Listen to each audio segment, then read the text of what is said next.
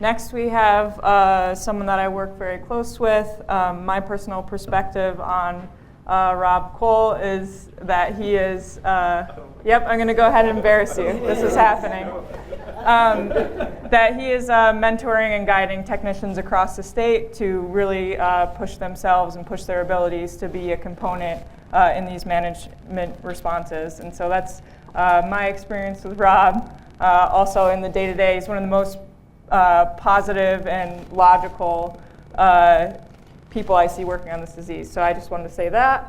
But what Rob would rather you say know about him is that he's a forester with the New York State DEC Forest Health and a certified arborist. Rob started his career with Forest Health in the summer of 2006 as a forestry technician, gaining valuable on-the-ground insect and disease management skills along the way to becoming a forester.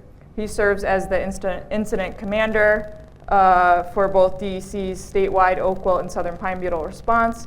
He also participated in and supervised the DEC's EAB management activities from 2009 to 2016. Rob will discuss oak wilt activity in New York State and the DEC's Long Island oak wilt response. After Rob's talk, there will be about 15 minutes of question and answer session in addition to our questions we did today, and that will be with all of the speakers up at once. So thanks. Let's hear from Rob.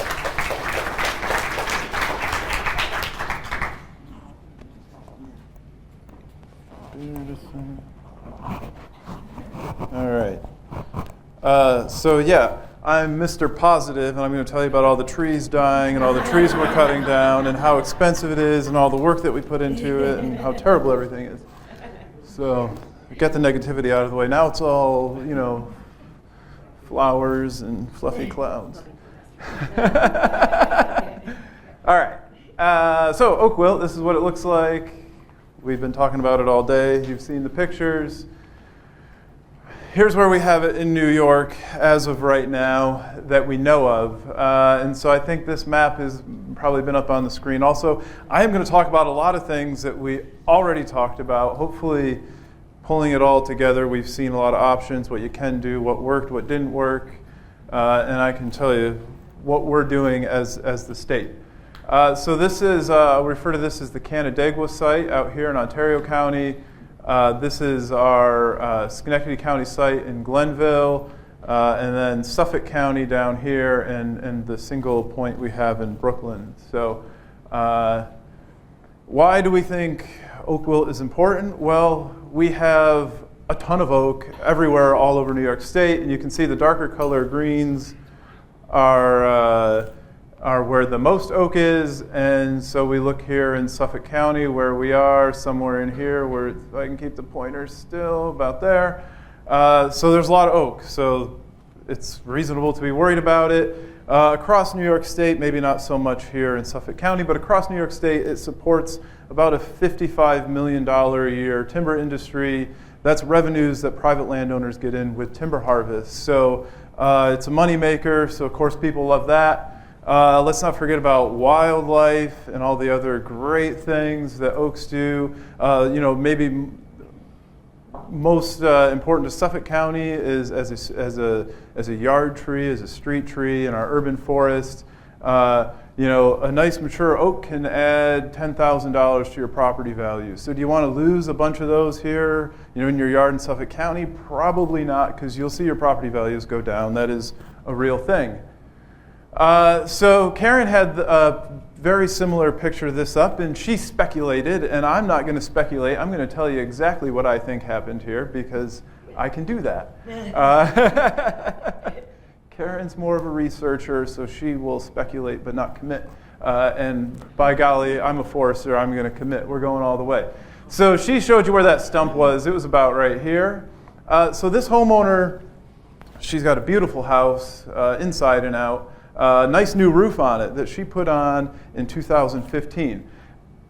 She was thinking, I'm getting this nice new roof on. I've got this oak tree right here, and it's got a big limb that hangs over the house. Well, I don't want a big limb hanging over the house for multiple reasons. It's not good for the roof. What if it falls? Onward and we go. So in about May of 2015, she has that limb pruned off. By August, that tree that was standing here is pretty much totally defoliated and dead. So to me that says insect vector right away, attracted to that pruning wound, got right in there. Now being that it's about 10 feet away right here where I'm pointing, she goes, all right, one tree dies, you know, things happen, maybe not that out of the ordinary, but I'll let it stand there just in case it comes back, you know, some freak thing, maybe it's not really dead, all the leaves just fell off, but it's still alive. So she leaves it up till the next year, which is, you know, fairly reasonable. A lot of people do that, you know. It doesn't come back, so she has it removed. In May of 16 now we're in. And she goes, all right, well, that tree's out of here. It kind of stinks that it died and it's gone, but oh well.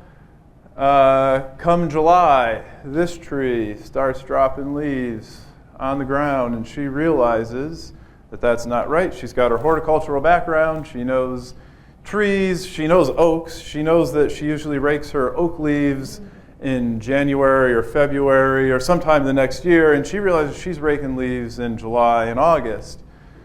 And the tree looks like this. And now these are oaks over here, and this is an oak right here, and then there's one back here as well.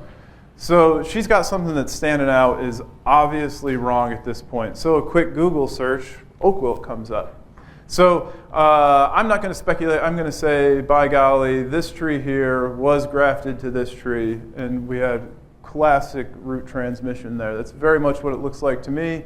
So we saw that complicated looking graph with the circles and insects and trees and how it was all connected. Here's real life on how that works, so that you don't have to try to picture it from that graphic. You can see right here, this is what happens. So again, this is her yard when we're out there, end of August or beginning of September, whatever the date was. Maybe it was September-ish. Marianne was, yeah, September. So, but she still knows that the landowner, she knows this is wrong. We stood there and looked at her landscaping, and she was talking about how it always makes her mad that she's continuously cleaning out her landscaping all spring long of these oak leaves. And she'd never done this before. So this is the big symptom that we look for. We've talked a lot about the spore mats and the staining and what else might be going on. I always tell people, you know your trees, you know what oaks do, you know they hold their leaves, you know they're green late into the season. If you have this going on, it's not right, give us a call. This is the obvious thing to be looking for. I never steer people towards spore mats or staining. I just think it's not worth it. This is a quick, easy way to tell that something's not right. So again, this is another September picture. This is from our Glenville site back in 2008. Homeowner had this. These are oaks right here. Again, something's not right. This homeowner had actually sent in samples to Karen for BLS originally, I think, and multiple times, and he was persistent. And so eventually we decided, test for oak wilt, and sure enough it was. But again, very obvious symptoms that we're seeing here. Maybe less so, or just some different things to be looking for. Again, similar time of year. Here's your oak. Some of those brown, dried up leaves on it. This is west islip. This is central islip. Brown leaves, but also green leaves on it. So it's not quite as straightforward, but again, if you're seeing this, even if there are still green leaves on it, or some of the leaves are totally wilted and others are only partially wilted, it's still not right. That's what we're out there looking for. Close up of some leaves, just again, a little variability. Notice it's that bronzing or browning all around throughout the leaf, not just intervanal or just the veins. But again, a little difference. These are from the same tree. One just happened to be more yellow. I took some pictures just so we know again. We often get hung up on exactly what the symptom ought to look like, and it's just exactly perfect. And I saw it in the Forest Service brochure. They said it was going to look just like this. Well, I'm just letting you know it may not look exactly like that, and if you see something that's not right, you give us a call. So what kind of steps do we take? We've heard a lot of the options, so we kind of pull what we think works best for the site, and for the homeowners. So I'm here representing DEC and what the state does, and we do eradication or control management on our lands and other public lands as well as private property. So we do have to take the landowner into consideration a bit, although we pay for most of it, so they don't argue a lot with what we want to do. We talked about breaking root grafts. So that's the first thing we want to do before we cut trees, because cutting the trees can accelerate the spread out into the roots. So we want to sever those root grafts first. We don't have a fancy vibratory plow yet, or one of those giant saws, although I think that's awesome, and I might get one for myself. So what we've done our trenching because it's been fairly limited up to this point, just with a little compact excavator. And this is an average size guy. He's not really short. This is a 5-foot bucket that they have on there. So they could go right down. And what this homeowner wanted to do was protect the tree in his yard. He didn't want to cut it down. We said, hey, it's a bad idea. It's probably going to die anyway. But if you want to save that tree, by all means, spend your own money, because we don't think it provides the best protection to the resource of the entire state for you to do this, so we are not going to do it. And if you want to keep the tree, you can pay for it. So he did. And he went all the way around his property in an effort to protect this tree here, and then there's one just off the picture here. And 5 years later, his tree that's just off the picture here died, and it had oak wilt in it. So we told him that was going to happen, and he wanted to spend his money anyway, so he did. But this kind of goes to that idea of how long is it underground in the roots, the soil, wherever it is. Prior to us arriving, the homeowners had removed 1 or 2 trees they weren't sure the year prior and the year prior to that. So they had an ongoing problem. So our suspicion is that even though he trenched around his property, there were still living roots from a tree that he had cut down before we were there. And of course, this is just dig it and refill it back in. So the roots start growing, and they're going to grow through it back to whatever's already in the ground. And so his trees became infected, and he ended up losing them anyways. The second option that we've entertained and actually completed in our Canandaigua site is the installation of a physical root graft barrier. And we basically went with a very heavy-duty landscaping fabric. And so it's tough to see here, but maybe we can go back if it's not too many slides. It's too many slides. I shouldn't have done it. In that other slide we'll go back to, that root graft barrier comes out across here. So the homeowner wanted to save this tree back here, which was probably a diameter of about that. Beautiful tree, shaded the south side of the house. But we thought it was within root grafting distance. But the house was kind of in the way. We're not 100% sure here. So we said, again, we can work with the landowner because she's being very gracious with us, telling her we want to cut down 7 or 8 trees on her property. She wants to save one, so we can work with that. So with that landscaping fabric style barrier, it allows roots to grow up to it. And because it's water permeable, so the water goes right to it. So the roots grow to it. Some folks suggest maybe some rubber sheeting or stuff that doesn't allow water to go through, but the research indicates the roots will grow up to it, they'll grow along it, and they'll wrap around it, and they'll connect to whatever's on the other side. So we went with the fabric in this situation. And so that's breaking root grafts and putting in a physical barrier so we can save a tree that we don't think was infected anyways and has a low likelihood of becoming infected. Next comes tree removal, and we're talking serious tree removal. So this is Glenville. The first time we were in there, this neighborhood is called Glen Oaks. It's full of oaks. It's surrounded by oaks. We took out 78 trees. Average diameter was probably 18 to 20 inches. So we're talking serious trees. This goes back to our goal of containment and eradication at these small sites. Because when you're taking 3 or 4 or 5 or 6, 20-inch diameter trees off of somebody's property, you're changing it in a really big way for a long period of time. They're not going to get that back. So it's a big deal. We don't want to take more than we have to. And then Because of that second introduction there at that site, we went back and took an additional 18 trees, I believe, from more properties. But this is whole tree removal. We brought in a contractor with cranes and everything, trees out of backyards, front yards, in the woods. Didn't matter where they were, they came down.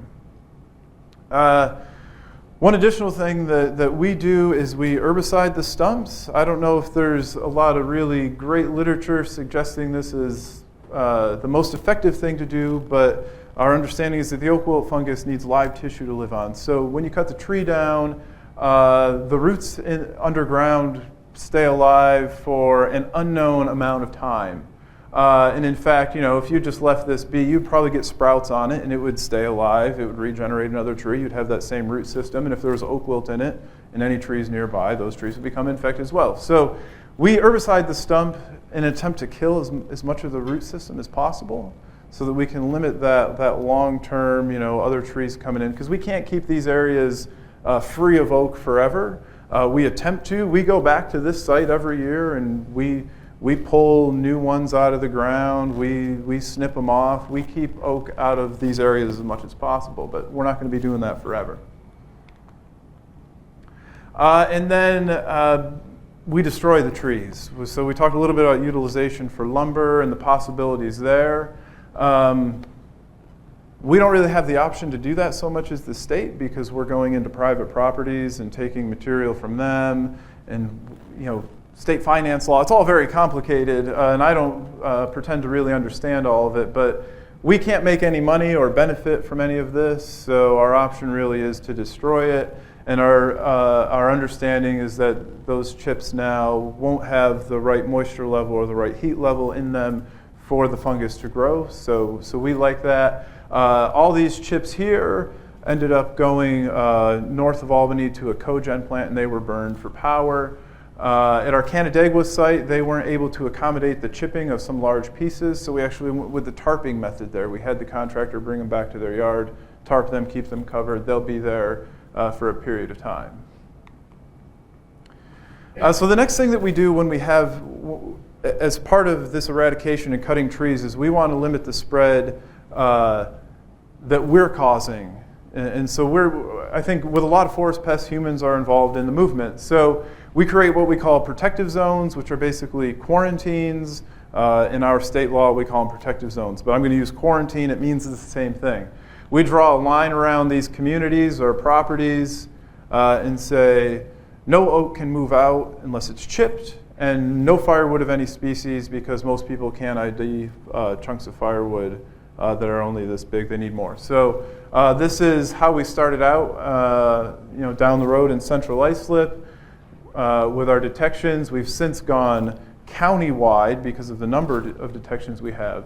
But within this protective zone, with nothing moving out of it, oak-wise, we go around door to door. We do a lot of outreach and education here. So everybody in this neighborhood can tell you what oak wilt is now, I think. Jennifer agrees. And they know Jennifer. We spend too much time there, maybe. But we do this everywhere we go. We go around and knock on the doors. We do a lot of aerial survey, but sometimes you don't see stuff from the air right away. And so we've actually inspected every oak in this neighborhood. We've talked to every landowner.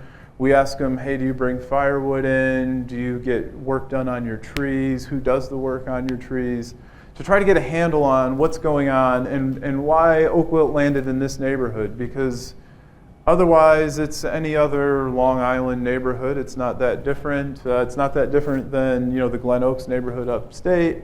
It's a bit different than Canandaigua, but still, any way that we can figure out why it's here and not other places is really helpful when we're trying to manage it. So this is actually the Canandaigua protective zone. You see it's a bit bigger. It's surrounded by oak forests. So we actually did a complete survey on the ground and mapped out where the majority of the oaks were. So that's these green areas here. And that's the detection there, so that's the side of the house that you saw. So one of the things that we ended up having to do, and this was our first site that was in a an area where a lot of the properties are woodlots where they have timber harvest. So we actually came up with a permitting process to allow people to move logs out of here. During certain times of the year, we have to go inspect the logs or inspect the trees. Our foresters look at where the most recent detection was. So say this landowner is applying for a permit right here because they want to have a timber harvest. Our forester would go, hey, you're right across the street, it's too soon, we're not sure what's going on. I'm not going to let you move logs out of there. Or they might, this person over here might want to move logs, and they can go walk through that woodlot, say, everything looks good here, we don't see anything suspicious. We'll write you a permit to move the logs out in the fall when the risk is low. In case we miss something, there shouldn't be any spore mats at that point. We'll let you move it, and then we track where it goes, make sure that it's cut up and dealt with properly. So I talked about our individual management by site, and so we use the method of measuring diameters and distances to trees to predict root grafting. And so this colorful map is just the soil map of the Canandaigua site because the table that we use is based on soil type. So we're right in here. And I believe that was like a clay loam or something. And so then we can go to this table. This is the Brune et al. That I think Jenny brought up. And we go all the way, we always use the 99% because our goal here is eradication in these sites, in upstate anyways. We'll discuss Long Island a little bit more specifically. So we want to go the furthest distance to make sure that we're getting everything in, which is is more trees, and we may be killing more trees than would get oak wilt, but we want to be sure that we're getting it all, especially right now because we're not 100% sure what's going on, why it's popping up where it is, or how it's moving around. So you can see you just combine the diameters of the two trees, you get the distance that they'll be root grafted, we decide if it's in or out, and then that's how we know if the tree gets cut down. So I tried to put it all together here. Sorry, the image is a little blurry. This is the Canandaigua site again. So here's the side of the house that we were looking at in that original picture where I explained how I think the cycle worked. Here's the trench that we dug, the picture that I had up there. So here's the stump of the old tree, which is gone, so we didn't take it into account. We used tree number 2. And we measured to all these trees, determined that they're all in root grafting distance based on the table. Landowner really wanted to save this one, so we worked with her. She actually bought the barrier, so we had her kind of invest in the project herself. And that's where we installed the trench. And so then the trenches were installed beyond those. We don't do the primary and secondary lines, because we're trying to eradicate, we think any failure is too much. So we know that those closer lines fail a decent amount of the time, so we don't even bother. We go out beyond. So we always include the closest healthy trees within that could possibly be root grafted. So we do take healthy trees. So the trench went outside of there and right here, and then everything in here was cut. Which she's got a ton of red oak in between, up in here, and then the main road is right here. So we were able to keep a good buffer between her and the road by using this method and by putting the trench in. We're pretty confident that at least by root grafts, nothing's getting over there. So we do a ton of looking around. Once we know a site, we do aerial surveys, but we also do a lot of aerial surveys otherwise. As DEC, we fly over the entire state looking for any damage-causing agents to the forest. And now we do some specific oak wilt-related flights as well. So this is Canandaigua again, and what we do in Canandaigua and here on the island and at all of our sites is we do a 4x4 mile grid, and we have the infected site in the center. That way we get 2 miles kind of in every direction. We get in a helicopter and we go low and slow and we look for those discolored trees. We do that at the end of July because most of the literature suggests that the color change happens somewhere in the beginning of July. At that Glenville site, the color change happened in September. So now we also do a Labor Day flight. We do the after 4th of July, according to the literature, and then we do a Labor Day flight so that we catch any late symptoms, which I think has proved useful to us to see kind of what's going on. By doing it around Labor Day, it's before there should be any natural leaf change. So we can still see a lot of green out there. But this is just to show you, I mean, this is our flight line. We cover, I don't know how many miles this is here, but this is about a 4 to 5 hour flight doing all this. And then here are the spots that they mapped along the ways. So we knew this was an area. We talked to our foresters and other partners out in that part of the state. They said, hey, yeah, we've got some high value oak stands here, here, and here. Maybe it's a state forest where they want to do a timber harvest. Maybe it's a state park. And so then we go and fly over them so that we can see what's going on. Same thing down here in Suffolk. You can see we again, this is the central ice slip area, and this goes up to our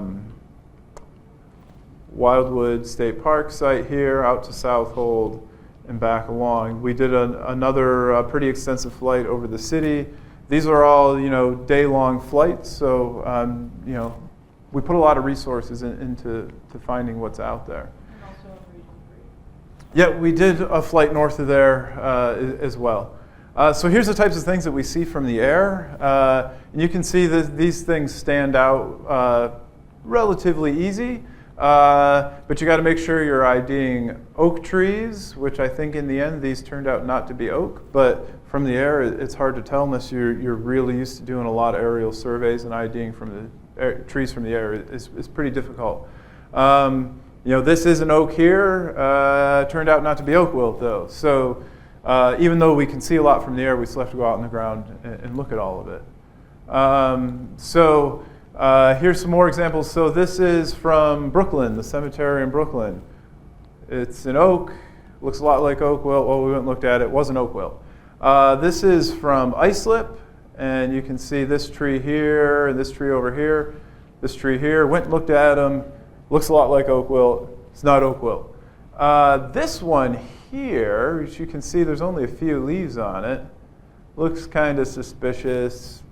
It's oak wilt. That one was actually a positive there. So there's a lot to see from the air, and it means we have to go back on the ground. So between homeowner reports and our aerial survey, we had 377 points to go look at this summer. And I don't know what our final sample submission number is, but we're up 130, 150. So not an insignificant amount of work. Here is our Brooklyn site. Again, we put up this protective zone boundary. We want to maintain a little area as free of oak as possible. In the cemetery, it's not quite such a big deal because we don't think the root grafting is quite the same. But this is Brooklyn. Okay, again, so here's where our surveys were. So this is the 377 points. We focused a lot of effort on the island this year. So last year we came up with those 4 points in Suffolk County that were kind of spread really wide. And we thought, well, what are the odds we're so good we found the 4 trees in Suffolk County that have it? Well, of all of our sampling, we didn't get any positives, so we must just be that awesome that we found it all. Not really. I'm sure we just missed it. But we really wanted to either fill in the gaps or get some data to suggest maybe what's going on here. Unfortunately, all the negatives don't make me feel much better than I felt at the end of last year. But just know we're out there looking, and we want to take samples. So here are all the areas that we sampled from. It was pretty significant. And sampling takes a long time. Karen talked about the process. The best luck we've had with samples is when we can take the sample and it gets driven directly to Cornell. A lot of these have to get put in the mail, and something, I don't know if something happens in the mail at the post office or what, but we end up getting weird results back, and then we end up doing a resample, So we're really trying to figure out how to make sampling more efficient, but that is why we try to do as much of it ourselves or other people that are kind of trained in doing this type of work. because the handling seems really important. And I don't know if it's the temperature, it's the moisture, but there's something there that, as quick as we can get it to Karen in the best condition, it is so important. So that's why we're always asking, all the professionals, call us, we'll put it on the list and we'll come take samples. Just to try to have some quality control over that. Not that I think anybody here would do a bad job, but there's something weird about it that if you're not trained and doing it regularly, it doesn't come out right. So as far as sampling goes, our biggest issue with sampling is that a lot of these symptomatic leaves, and you have to take samples from symptomatic portions of the crown. If the whole crown isn't, you want to find the branches that are. Most of those aren't within reach of a 16-foot tall pruning pole. So we've actually had some climbers out, and we've been doing a lot of bucket lift work to get these samples. And there's Jennifer down there taking a sample. So there's a whole lot of stuff involved.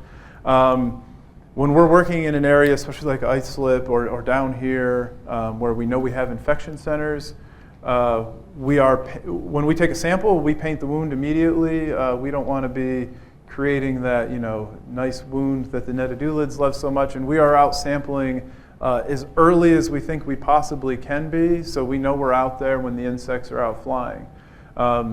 But as Karen talked about, the sampling takes, it might take 30 days for us to get results back. So if we waited until the end of August all the time, we wouldn't get our results until the end of September, and then it's too late to do a second round of sampling and so on. So the wound painting is big. So we are still left with this after a year of sampling and taking probably 100 samples in Suffolk County.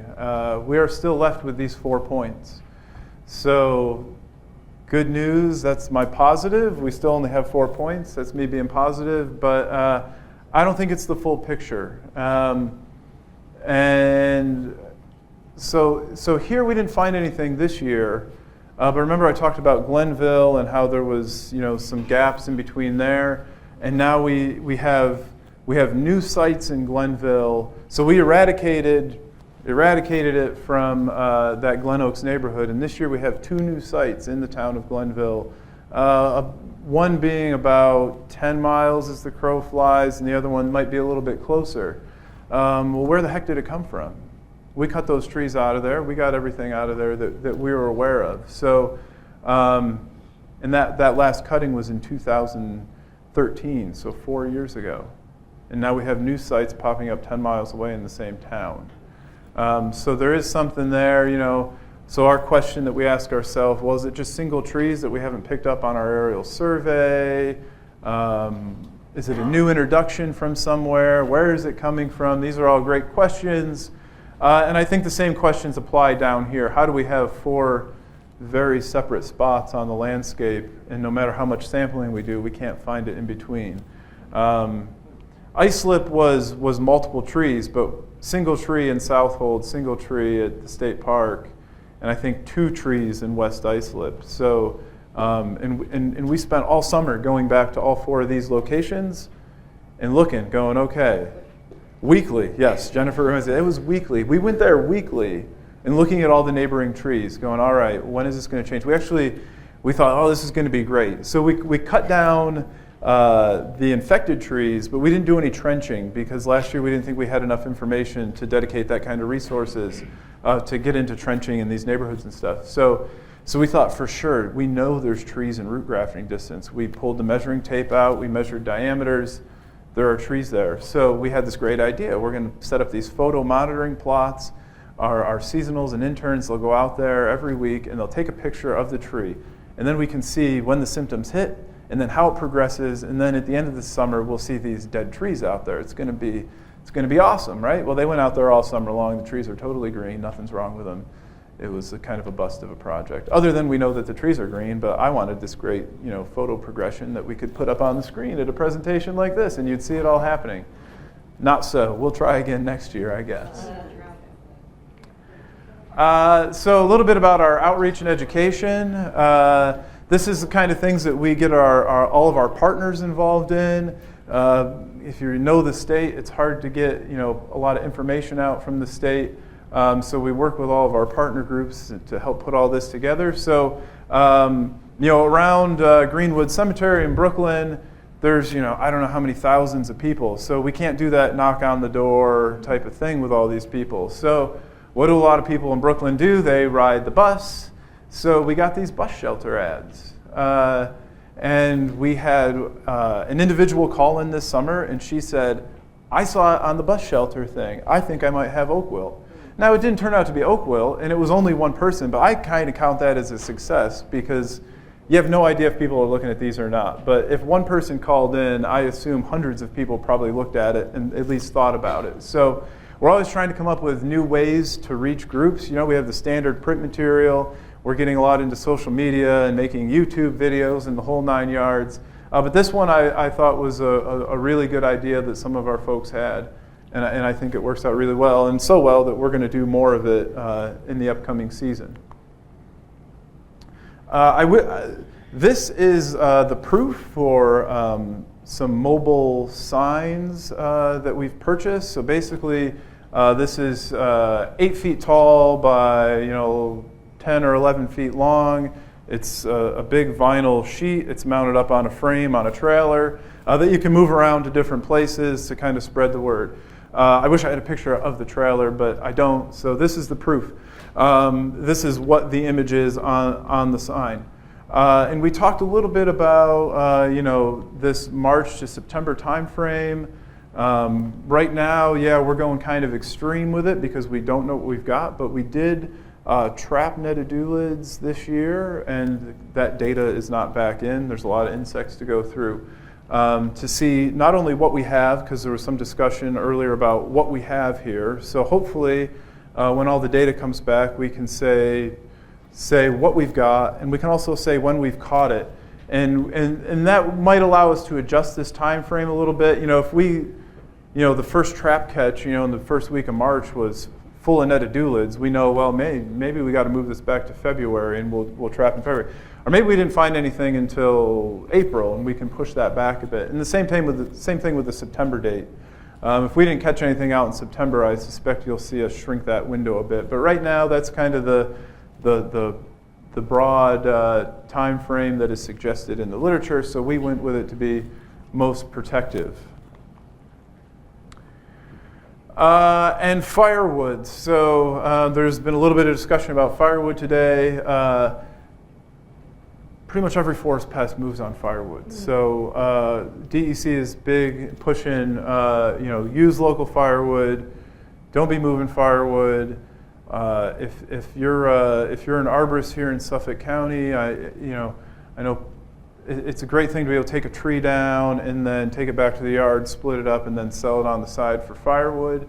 If we could just be careful doing that, so much of this wood, it's so surprising how far firewood moves. You say, well, why would anybody move wood from here to, their camp in the Catskills? It doesn't make any sense. Their camp's in the Catskills. It's full of wood. It happens all the time on a very regular basis. And it happens at that small scale, and it also happens at the large scale. When we first started researching firewood movement, 2005, 2006, you ask a few questions, we found out train car loads were coming from places like Arizona into New York. So wood moves, and now you think, well, whatever, it's Arizona, who cares? By the time it gets here, anything in it's dead, we probably don't have the same trees. Well, we have no idea. You don't know what the next new pest is. So we're always freaked out about firewood moving. The big thing with a lot of restaurants is these wood-fired grills. All that firewood comes from somewhere. And so we actually do crack down on those restaurants. We have cracked down on distributors for bringing in wood that is not certified to come to New York State. And here's just a picture. We do roadside stops and checks for firewood. We do confiscate firewood, and we do run it through a chipper and destroy it. And here is a picture of, I guess you'd call it a scar left behind by an oak wilt mat in Glen Oaks in 2008 when we visited there the original time of the Forest Service. So we know it's on firewood. We know it's moving around. So again, if we can limit that as much as possible, that would be really awesome. And that's it.